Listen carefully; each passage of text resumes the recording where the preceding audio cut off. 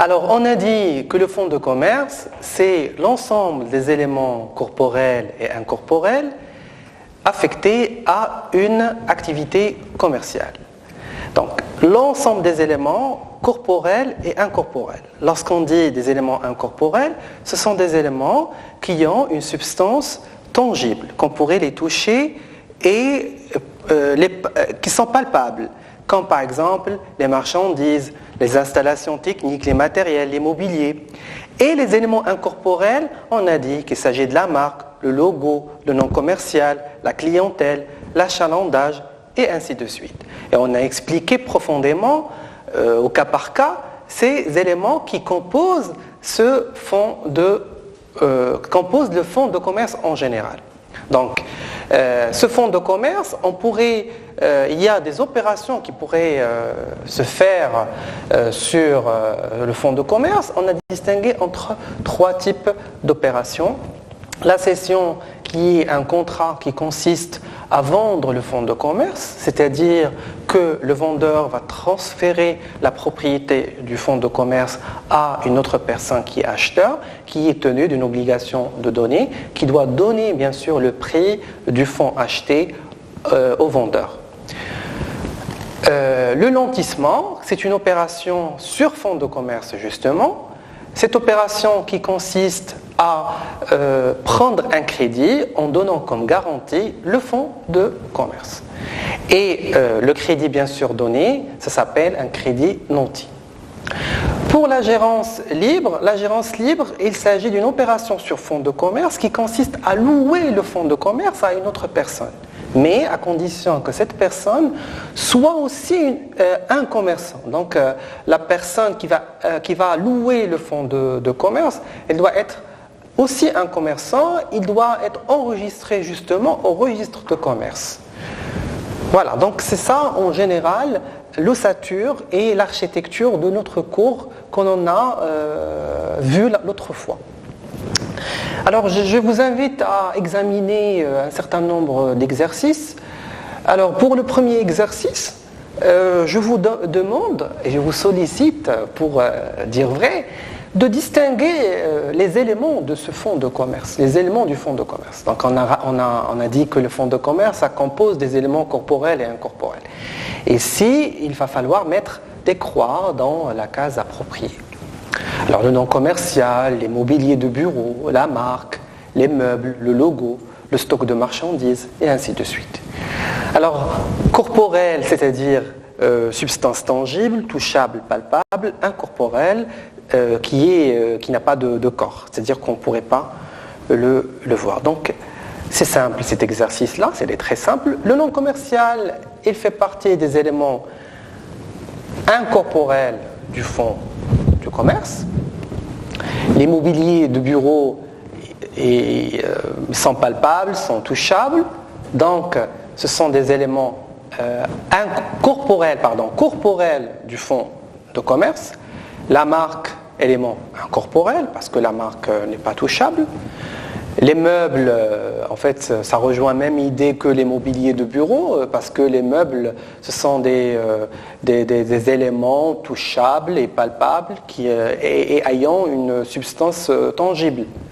Le logo, c'est un élément incorporel, et bien sûr, le stock de marchandises, où il y a les marchandises, c'est un élément qui est corporel du fonds de commerce. Donc, comme vous voyez, c'est un exercice assez simple. Pour le deuxième exercice, je vous sollicite de cocher l'opération sur le fonds de commerce approprié. Alors, rappelons-le, il existe 3 types d'opérations sur fonds de commerce. Nantissement, cession et gérance libre. Première opération. Monsieur Ahmed a cédé son fonds de commerce à Monsieur Saïd. Alors, ici, il y a une opération de cession. C'est une vente de fonds de commerce qui va se matérialiser par un contrat de vente.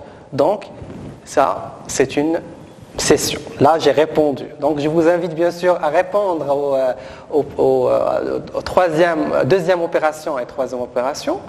Pour ses besoins d'investissement, M. Reda a contracté un crédit bancaire en donnant comme garantie son fonds de commerce et finalement M. Kamel a loué son fonds de commerce pour une période de 3 ans à M. Salim.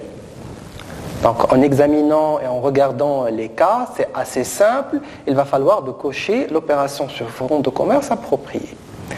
Comme j'ai dit tout à l'heure, M. Ahmed, il a vendu son fonds de commerce. Donc il s'agit d'une opération de cession. Pour la deuxième opération, pour ses besoins d'investissement, M. Reda a contracté un crédit bancaire en donnant comme garantie son fonds de commerce. Déjà, M. Reda, il va contracter un crédit. Et comme on a expliqué la dernière fois, pas de crédit sans garantie. Alors, M. Reda, il a donné comme garantie son fonds de commerce. Donc, il s'agit d'une opération de nantissement.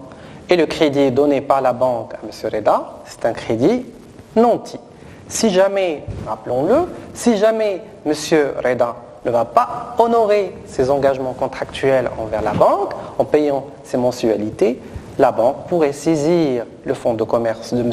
Reda et le vendre aux enchères publiques. Donc, M. Reda, tu dois faire attention.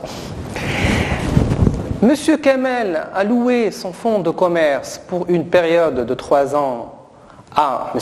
Salim. Donc ici, c'est une location du fonds de commerce. Donc, M. Salim, il va gérer le fonds de commerce. C'est le nouveau gérant du fonds de commerce de M. Kamel pour une période de 3 ans. M. Salim, il doit le gérer à ses risques et périls.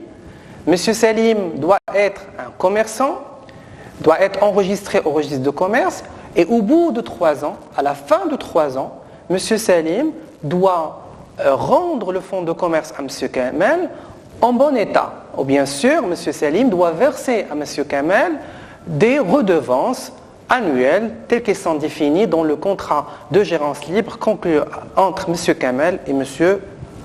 Salim. Donc pour capitaliser sur ces 2 exercices, parce que les exercices comme vous voyez sont un peu simples, passons à bien sûr une 3e vitesse d'exercice avec un cas pratique. Alors examinons le cas. La société Text Premium a acheté le fonds de commerce de la Sarl chez Koff en septembre dernier. Chez Koff se déclarait volontairement en fin d'activité. La cession a été matérialisée par un contrat. Tout d'abord, il va falloir clarifier un petit peu la Sarl. La Sarl, c'est une société à responsabilité limitée. C'est un type de société que vous allez voir prochainement dans vos études supérieures. Alors, le cas en général, il parle de la société Text Premium. Donc, c'est une société qui a acheté un fonds de commerce d'une autre société chez Koff. Donc, la cession a été matérialisée par un contrat. Donc, c'est très simple. Alors, il va falloir définir c'est quoi le contrat sujet du cas pratique numéro 1. De quel contrat s'agit-il? Et deuxièmement, de citer les obligations des 2 parties du contrat. Les 2 parties du contrat ici dans notre cas, il y a Text Premium, la première partie du contrat, et la deuxième partie du contrat, c'est la SARL chez Koff. Premièrement, nommer le contrat sujet du cas pratique. Il s'agit d'un contrat de cession d'un fonds de commerce. Parce que la société Text Premium a acheté un fonds de commerce cédé par la société chez Koff. Citer les obligations des 2 parties du contrat, le vendeur doit, c'est-à-dire le vendeur c'est chez Koff, doit transférer la propriété du fonds vendu et l'acheteur doit payer le prix du fonds de commerce acheté.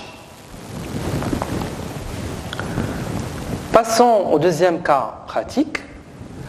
Monsieur Ahmed décide de se lancer dans la fabrication et la vente de vêtements sous la marque Bonito.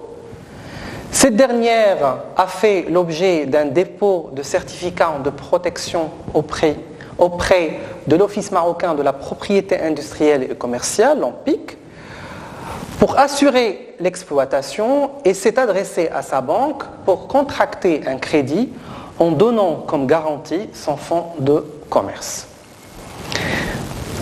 Alors, résumons, M. Mohamed, il a une société de fabrication et la vente des vêtements. La marque qu'il commercialise, c'est la marque Bonito. La marque elle est protégée par un certificat déposé auprès de l'OMPIC. Alors, bien sûr, j'ai dit la dernière fois que la marque, le nom commercial, ces éléments-là devront être protégés par un droit privatif. Ça, vous allez le voir dans des cours supérieurs. Pour assurer l'exploitation, il s'est adressé à sa banque pour contracter un crédit en donnant comme garantie son fonds de commerce. La première question, relever un acte de commerce accompli par M. Mohamed. Deuxième question, relever deux éléments du fonds de commerce de M. Mohamed. Troisième question, nommer l'opération sur fonds de commerce effectuée par Mohamed. Quatrième question, distinguer entre gérance libre et gérance salariée. Alors, la première question. Relever un acte de commerce accompli par M. Mohamed. Alors, M. Mohamed, c'est un commerçant, il exerce des actes de commerce. On a dit que les actes de commerce sont de quatre types, par nature, par accessoire, par la forme et mixte. Ça, on l'a expliqué profondément dans les exercices et dans le cours. La vente des vêtements, c'est un acte de commerce par nature. Donc ça, on l'a relevé depuis, bien sûr, le cas. Deuxième question, relever deux éléments du fonds de commerce de M. Mohamed. Alors, il y a bien sûr la marque Bonito, c'est un élément incorporel de fonds de commerce. Bien sûr, il y a les vêtements. Les vêtements vendus par M. Mohamed dans le cadre des actes de commerce par nature. Les vêtements, c'est un élément corporel du fonds de commerce. Rappelons-le, le fonds de commerce, c'est l'ensemble des éléments corporels et incorporels affectés à une exploitation commerciale. Pour la troisième question, nommer l'opération sur fonds de commerce effectuée par M. Mohamed. Alors, nous revenons justement au cas. Alors, pour assurer, je lis 1, 2, 3, 4, cinquième ligne. Pour assurer l'exploitation, et s'est adressé à sa banque pour contracter un crédit en donnant comme garantie son fonds de commerce. Là, je vais commencer à me poser des questions. S'agit-il, parce qu'on a dit qu'il y a trois opérations sur fonds de commerce, cession, gérance libre et nantissement. S'agit-il d'une vente? Non. S'agit-il d'une opération de gérance? Non. Donc il ne reste que le nantissement. Donc c'est une opération de nantissement tout simplement parce que M. Mohamed a donné, il a contracté un crédit en donnant comme garantie son fonds de commerce. Mais bien sûr, il faut faire attention, M. Mohamed, il est tenu d'une obligation de versement des mensualités pour la banque.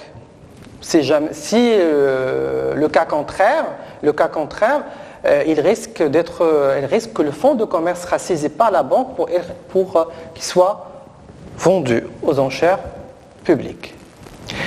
Pour la quatrième question, distinguer entre gérance libre et gérance salariée. Alors, la gérance libre, justement, c'est une opération sur fonds de commerce, on l'a expliqué. Le gérant libre, c'est un commerçant, il exerce bien sûr les commerces à ses risques et périls. Le gérant libre doit être un commerçant et doit saisir le fonds de commerce, le gérer à ses risques et périls, et bien sûr, il doit être enregistré au registre de commerce parce que c'est un commerçant en fait. Pour le gérant salarié, Le gérant salarié, c'est un salarié lié à une société par un contrat de travail. Donc, il travaille pour le compte du gérant de la société. Donc, il ne pourrait jamais avoir la qualité de commerçant du moment qu'il travaille pour le compte du gérant de la société. Il gère justement la société, mais sous le nom de la société et pour le compte de gérant de la société, propriétaire de la société, et non pas pour son compte. Donc, le gérant salarié, ce n'est pas un commerçant, c'est un salarié lié à l'entreprise par un contrat de travail.